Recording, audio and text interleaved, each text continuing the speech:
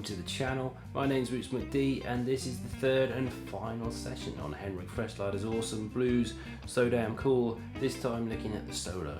I've done two other sessions on this track, one on the intro lead parts and one on the rhythm changes. You can find those just by having a look on my channel. If you are new to the channel, then please do consider subscribing, and if you like this sort of thing, then give me a little thumbs up on the video. Thanks very much. This solo is built on 12-bar blues in C, and Henrik plays over the progression twice. He uses major and minor pentatonics and also chord tones from the key, and we've been looking at this over the last couple of sessions. It starts with the turnaround, and we had this E flat chord, E flat 9, that led back to the C.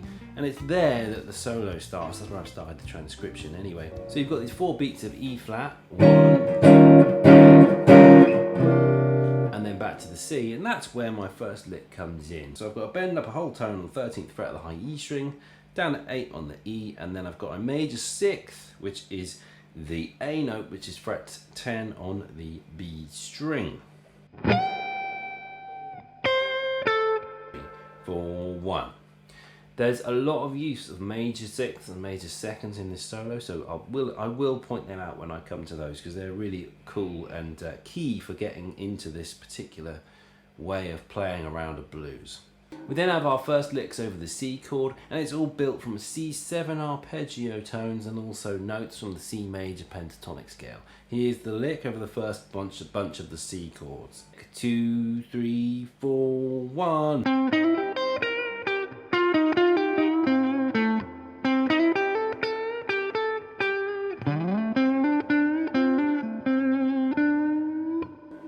I'll play it again super slowly. 3, 4, 1.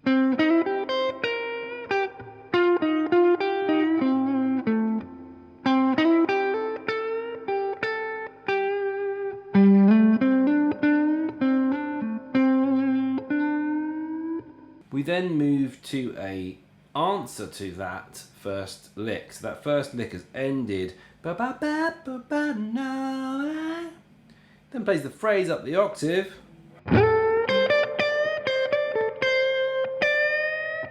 So that's the same lick up an octave. Really common in blues to use what's called call and response. Here's the response to lick 1.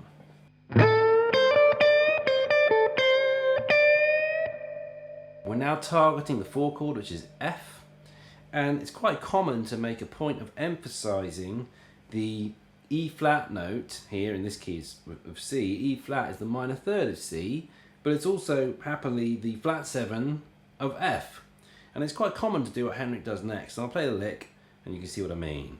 1, 2.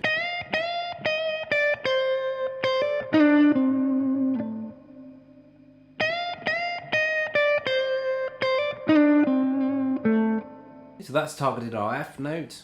We actually end on the A, which is the major 3rd of the F chord. So it's pretty nicely put together. Play it one more time, just nice and slowly. 3, 4, 1, 2.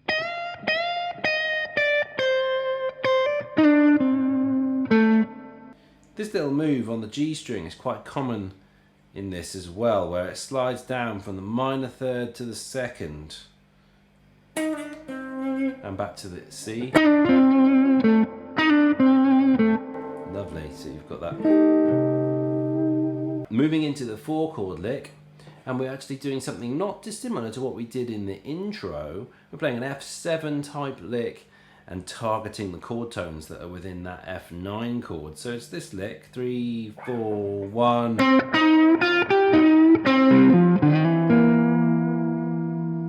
Play that again slowly.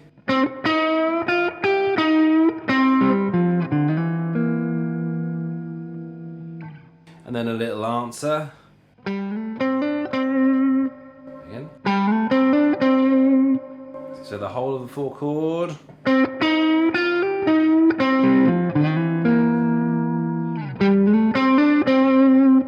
Okay, to the first turnaround in the first 12 of the solo, I've just played.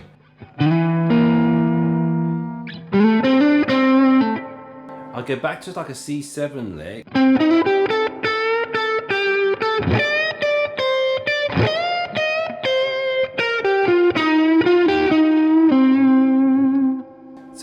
similar territory to where we started.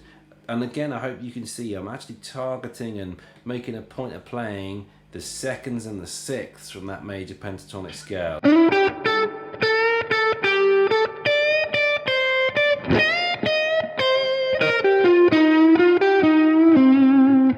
When you do hit the minor third, then it does give the really raspy blues sound, and it sounds strong next to the major stuff. So now we're going into the next 12 bar, and we play this little repeating lick. Okay, so we're just making a real emphasis of that major sixth. And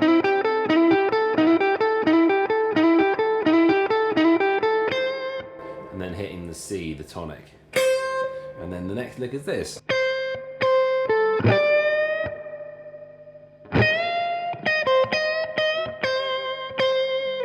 Okay, play that again.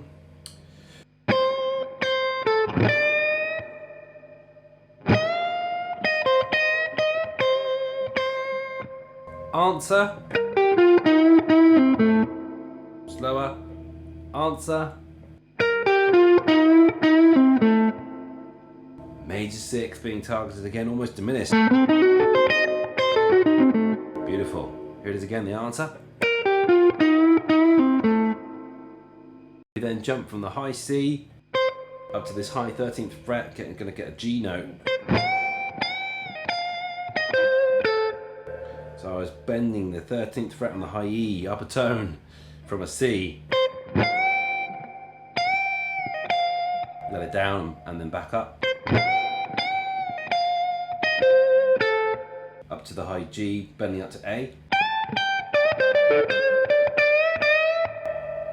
Okay, do that bit again slowly.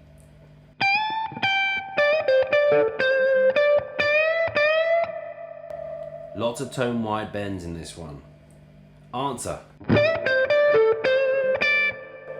Here's the answer.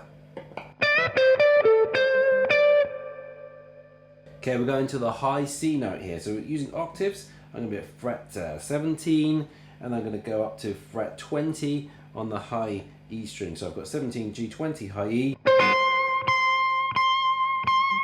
Just on crotchets. 3, 4, 1. Then semitone bend 17. A little major lick there. Answer. And that's really bringing us to the end of the solo. We've got one big lick to learn before we get out of it. Just do that part again. So I've got 3, 4, 1.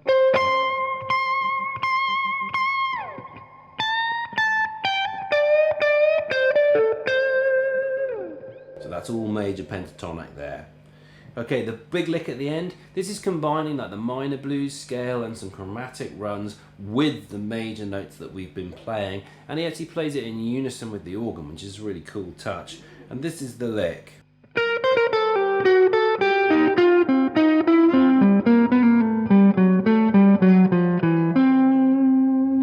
Do that again slowly.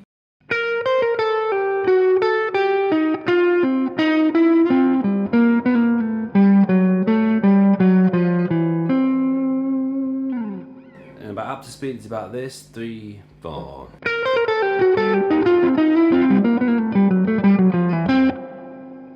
It's a really tasty lick, that one, and it's using the straight rhythms in addition to the triplets. So you're getting da da da da do da da da ba da da da dee da da da.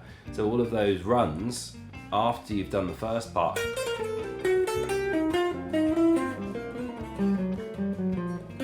Are straight semiquavers, which sounds so awesome against the rhythmic nature of the track.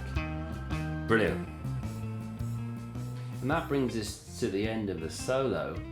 I have done a complete backing track for this, including the solo tabs, backing track with and without the solo on it, so you can practice that to your heart's content. Learning solos note for note may seem like an arduous task, but it's very rewarding to be able to get to the very kind of DNA of a player by working out what they did, and that hopefully should inform your own playing and take you in a direction that you want to go in, and perhaps add some of the sophistication that you simply don't have before you learn their solo. I do hope you've enjoyed this session. Please don't forget to like and subscribe. and I'll catch you again in another video soon. See you later. Bye.